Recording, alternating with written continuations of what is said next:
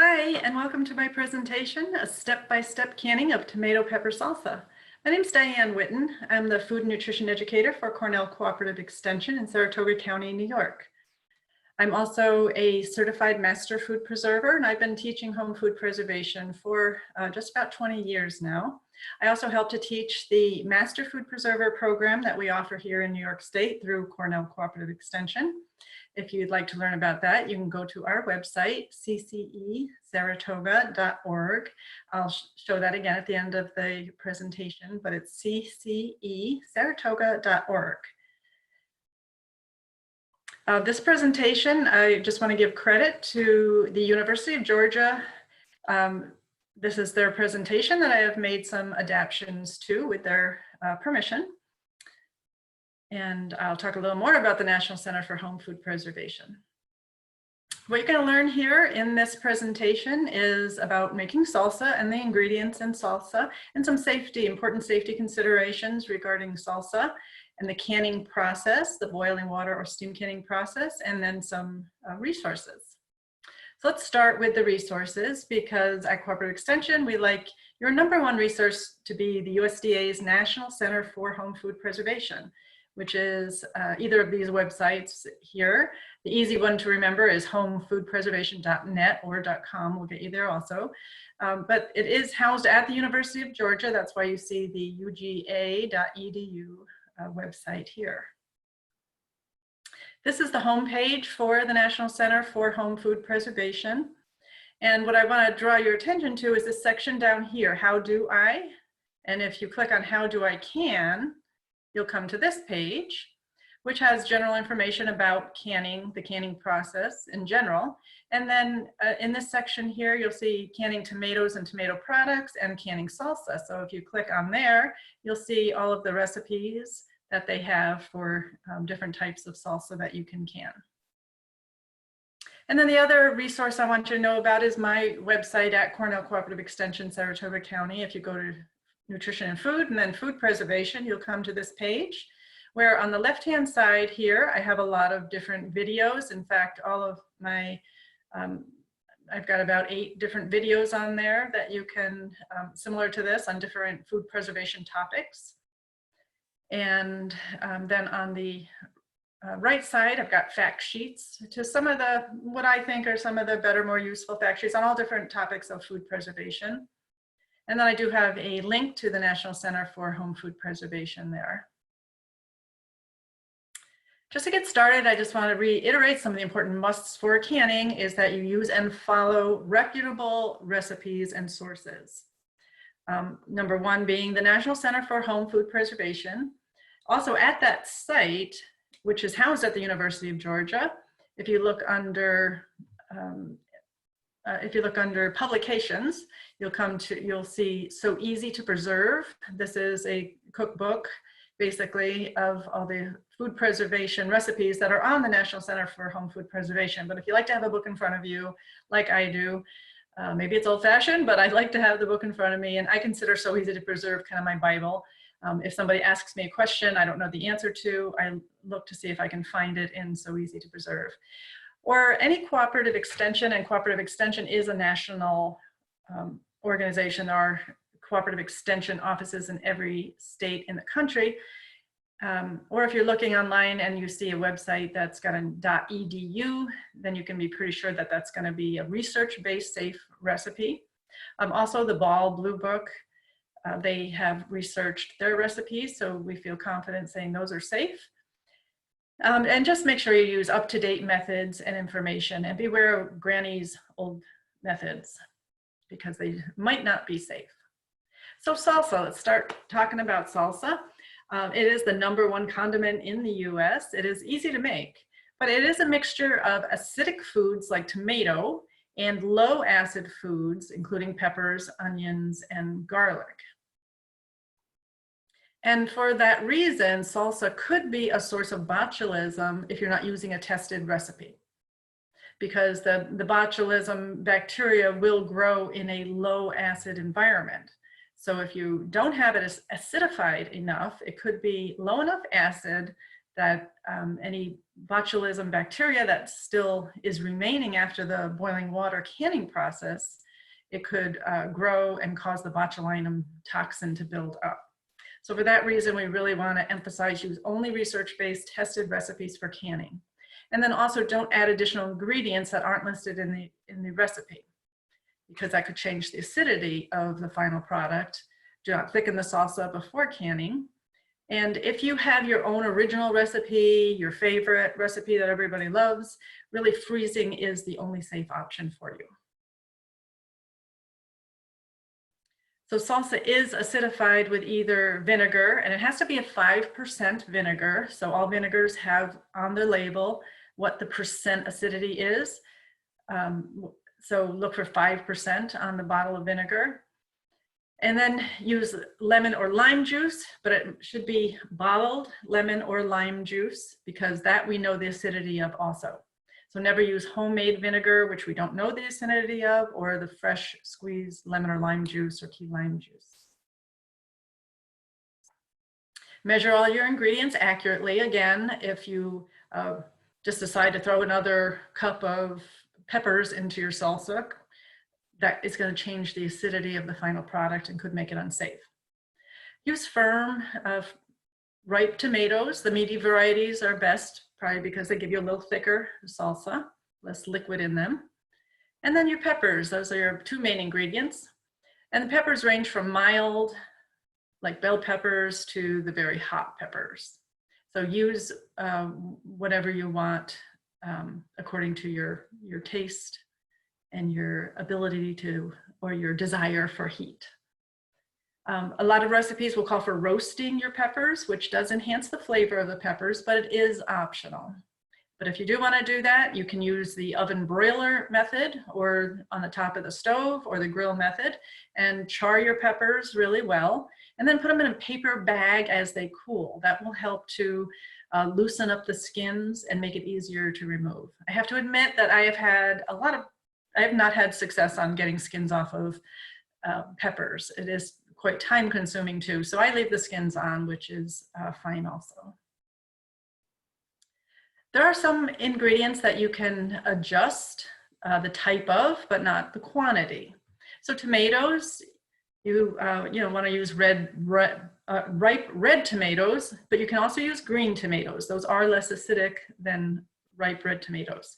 Or you can use tomatillas. You can use your slicing tomatoes or paste tomatoes, but as I said earlier, the paste tomatoes might give you a little better salsa because it'll be a little bit thicker. In terms of peppers, you can use any variety that you want, again, depending on your preference for heat or what you have available. You can substitute one type of pepper for another. So if your recipe calls for a certain type of pepper that you don't have, you may substitute any other pepper that you have. And you could also use canned chili peppers. Onions, again, any kind of onion you want to use, you can substitute. Just don't use the green onions or the green part of the onion. And then your recipes are going to call for some kind of acid. It's either going to be lemon, lime juice, or a vinegar. If your recipe calls for lemon, lime juice, you can substitute vinegar for that. However, do not substitute vinegar. I always get this backwards. Lemon and lime juice is more acidic. So if your recipe calls for vinegar, you can substitute lemon and lime juice. But don't substitute vinegar for lemon and lime juice. Most recipes will call for lemon juice, not lime, but if you want to try putting lime juice in, you can, in place of lemon juice. And again, the vinegar is less acidic, so you cannot substitute vinegar if your recipe calls for lemon juice. If you do substitute the lemon lime juice for the vinegar, it might be a little more acidic than you want. You might like the flavor, but it might be a little puckery. So you can add some sugar after you've opened the jar just to calm down that tartness. Dried herbs and spices can be substituted for one another. So if it calls for one you don't particularly like, you can substitute another one. But don't substitute fresh herbs for dry. Again, it could have an effect on the acidity, making your product unsafe, or boiling water canning. So I'm going to go now through recipes, through the basic process of making salsa. This is not a specific recipe, so some of the steps may not apply to every recipe out there. Again, use only research-based tested recipes for canning. Salsa recipes can be found at the National Center for Home Food Preservation or through my website, ccesaratoga.org. And if you want to just search online, I would suggest typing in salsa extension, and that will get you salsa recipes from Cooperative Extension. There are, as I said earlier, there's cooperative extension offices all around the country. So you might get a recipe from New Mexico or Minnesota or Washington State or Georgia. But if it's an extension or a .edu, you can be sure it is a safe recipe. Not all the recipes that you see online, even for canning salsa, are safe. So please do be cautious about where your recipe comes from. So before you start, you want to get all of your ingredients together and all of your supplies together, which includes your canning supplies. Make sure that there is a rack in the bottom of your canner and fill it with water about halfway, and then start to heat it. So as you're making your salsa, your canner could be prepared and you've got the water somewhat hot. You need enough water in there so that when you have your jars in there, when you're processing, there'll be at least 1 or 2 inches covering the tops of the jars. And that's hard to know without practice, filling your canner, but you might not be filling your canner. You might only have 3 or 4 jars that you're doing at a time. So the less jars you have, the more water you're going to want to have in your canner to start out with. And the temperature of the water should be about 180 degrees, which is just about simmering when your salsa is ready to put in the jars and then put into your canner. You're also going to want to prepare your jars and lids. So first of all, check your jars to make sure they are in good condition. Make sure especially that there are no nicks along the sealing edge, the very top rim of the jar, and make sure there's no cracks in your jars. And then check your rings. You don't want to use rings that are too rusty, or if they're bent and warped and out of shape, they won't hold the top on properly. Wash everything in warm soapy water and rinse well. And keep the jars in warm water while you're preparing the salsa. So that can either be done directly in your canner, put the empty jars in there and then take them out one at a time to fill them. Or you might have an extra pot on your stove where you keep the jars hot, or you can even heat them in your oven if your oven can be set at a temperature of 200 or below. You can heat them right there in the oven. And then prepare your lids using the new flat lid, or these lids have been recommended by the National Center for Home Food Preservation for decades now. And follow the directions for preparing the lids from the manufacturer. In the past, so if you have old lids, it might say to preheat them. So you just want to heat them up in hot water, but not boiling, so that you're warming the compound around the sealing compound before you put it on the jar. But some of the newer lids are BPA free, and they do not require preheating according to the manufacturer. And then also try to have extra water heating nearby, maybe in a tea kettle, so that once you put your jars in your canner, if you don't have enough water in there to cover the jars by an inch, you have some hot water available to add to your canner. So collect all your ingredients, including your tomatoes. Here we have pictured slicing tomatoes, but you can use paste tomatoes also. Your peppers, we have Anaheim and jalapeno here, but if you wanted to use substitute the jalapeno for bell pepper, as I said earlier, that would be fine. You got your onion, your vinegar, and or lemon juice, whatever is called for in your recipe. Pickling or canning salt. If you don't have that for salsa, it's not such a big deal, because one of the problems with regular table salt is that it might include iodine, which can change the color a little bit of your pickling liquid. And also it has an anti-caking agent in it. So it's not the best thing to use. It will cause a little bit of cloudiness. That's why we recommend pickling and canning salt. It has no anti-caking agent and it has no iodine in it. It is just pure salt. Your recipe might also include garlic cloves, other dried seasonings like black pepper, oregano leaves, ground cumin, etc. To prepare the tomatoes, one of the tricks for doing that is, well, first of all, the trick for getting the skin off. And it is much easier to take the skin off of tomatoes than it is off of peppers. So I do always take the skins off. The skins can be bitter, so it's definitely recommended. But if you take a knife and put a little X at the blossom end of your tomato, before you put it in the boiling water, it makes it a little easier for the skin to start peeling away, start coming off. So it usually takes 30 to 60 seconds in boiling water for the skins to start to split. Sometimes it can take longer. So what I do is I put 4 or 5 tomatoes in the pot. Don't put too many in because you want to try to keep the water boiling as you're doing this process. So put a few in. As the skins start to peel away, use a slotted spoon to take out tomatoes and put them into cold water, just so that they're cold enough that you can handle and take the skins off. And then core them and chop the tomatoes into small pieces, measuring the amount required in the recipe. Some recipes will tell you a specific measured amount that you want, like 4 cups chopped tomatoes, and some will just say start with 7 pounds of tomatoes or 13 pounds of tomatoes or whatever. To prepare the peppers, be careful if you're using hot peppers. Wear plastic or rubber gloves. And don't touch your face while handling hot peppers.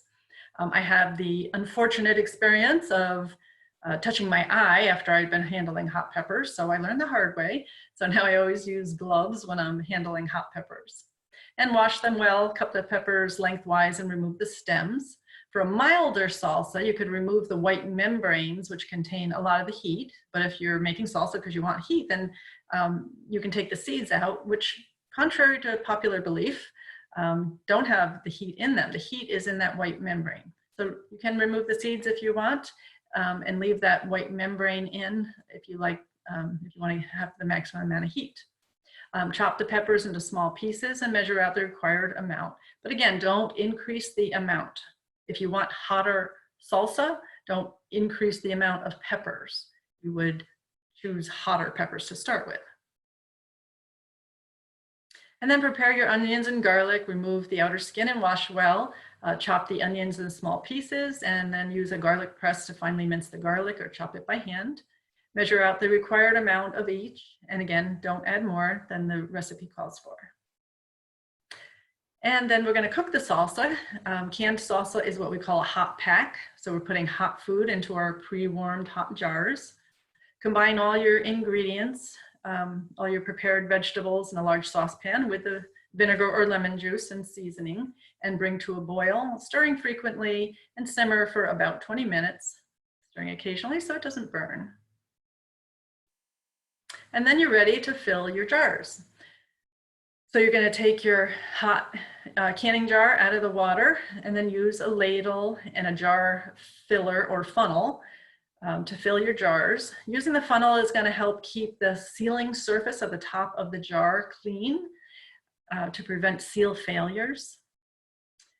And you're going to want to leave a ½ head space when you're filling your jar. That's the space between the top of the food and the top of the jar. So there's going to be a ½ inch at the very top before you put your lid on. And as you're filling your jars, you're going to want to stir the salsa in your pot as you're scooping it out so that each jar has equal amounts of liquid and vegetable. After you've filled the jars, you're going to do what we call bubbling. So you would take a plastic knife or a special bubbling tool and put it down the side of the jar and pull it towards the center and lift it up out. You do that around the jar, and that encourages any bubbles that are in the salsa to come out. If you do have a lot of bubbles, it might affect how full your jar is. So the amount you put in there might go down a little bit. So you can always top it off with a little bit of salsa so that you have your 1/2 inch headspace. And then wipe the rim of the top of the jar with a paper towel to make sure no food or liquid is on them, which could interfere with sealing. Then you're going to want to apply your lid. So you use your prepared lids according to the manufacturer's directions. Apply it to the top of the jar and then put your ring band on and tighten it until what we call fingertip tight. So that's not over tight. If you make it too tight, it could cut through that rubber gasket and cause seal failures. So you want it to be tight enough to hold it on, but don't crank it down. Just turn it until it stops turning by itself, and then maybe give it one more turn to make it just right.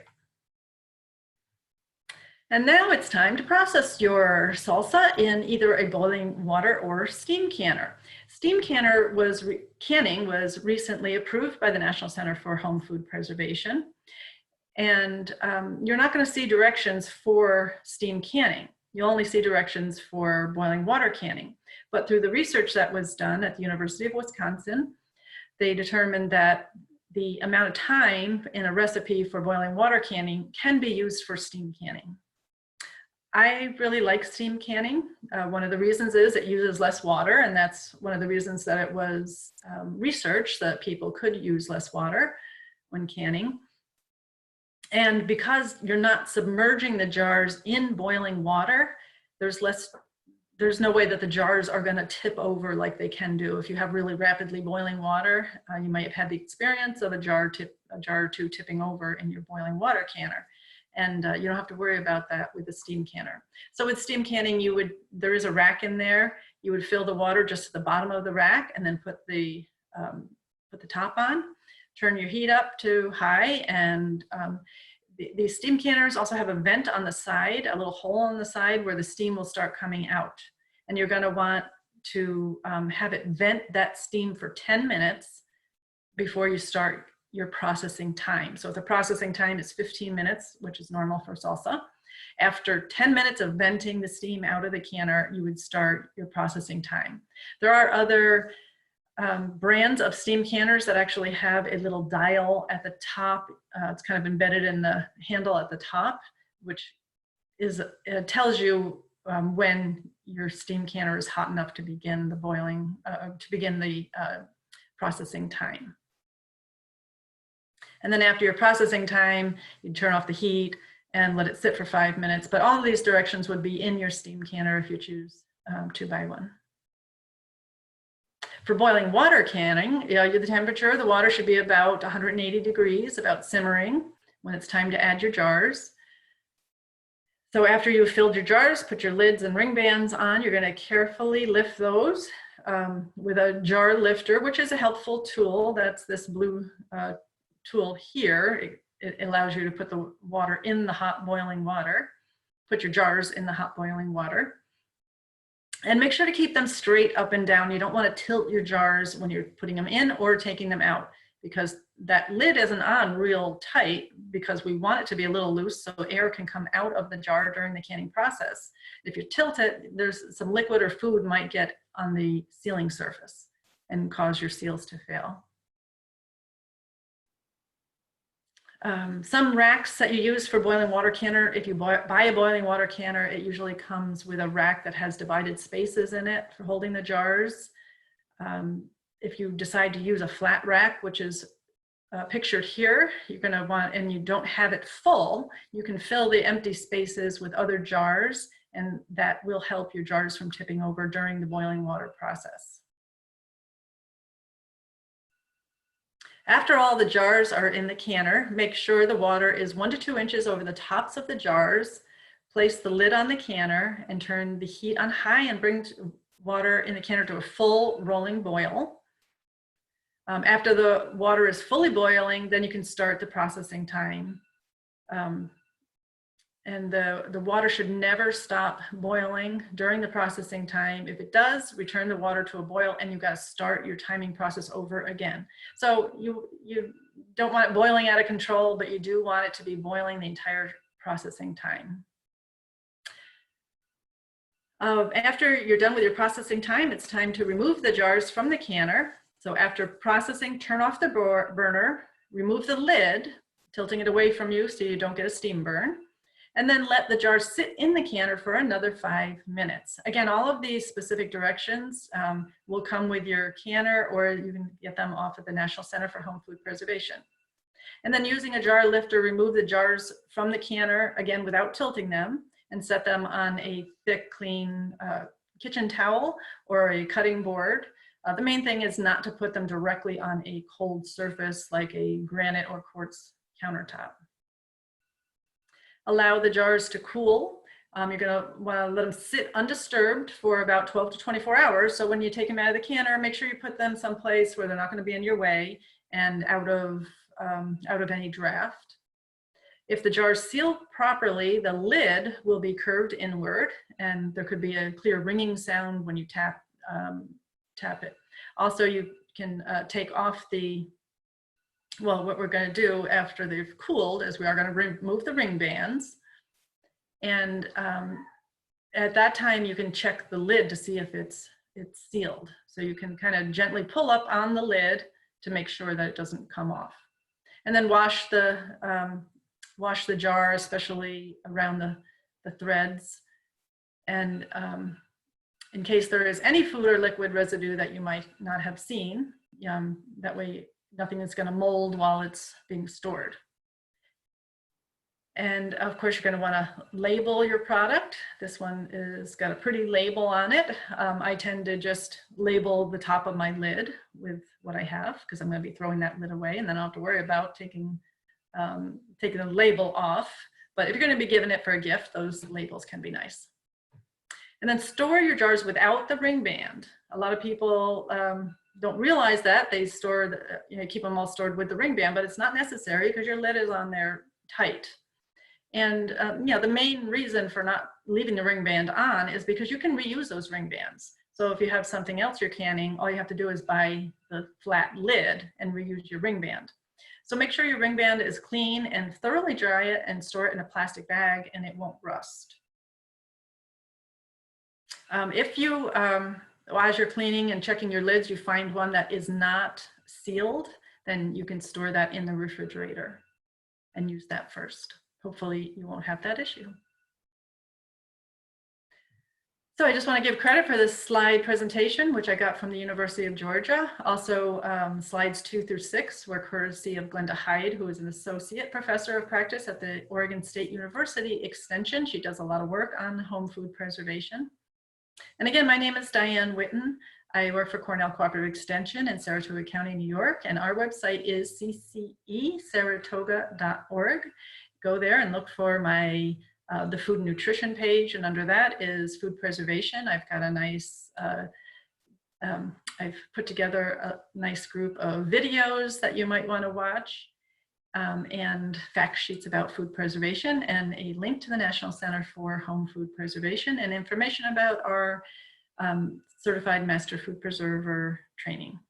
Thank you very much for attending my presentation here, and I hope your salsa turns out great and you get to enjoy it all winter long.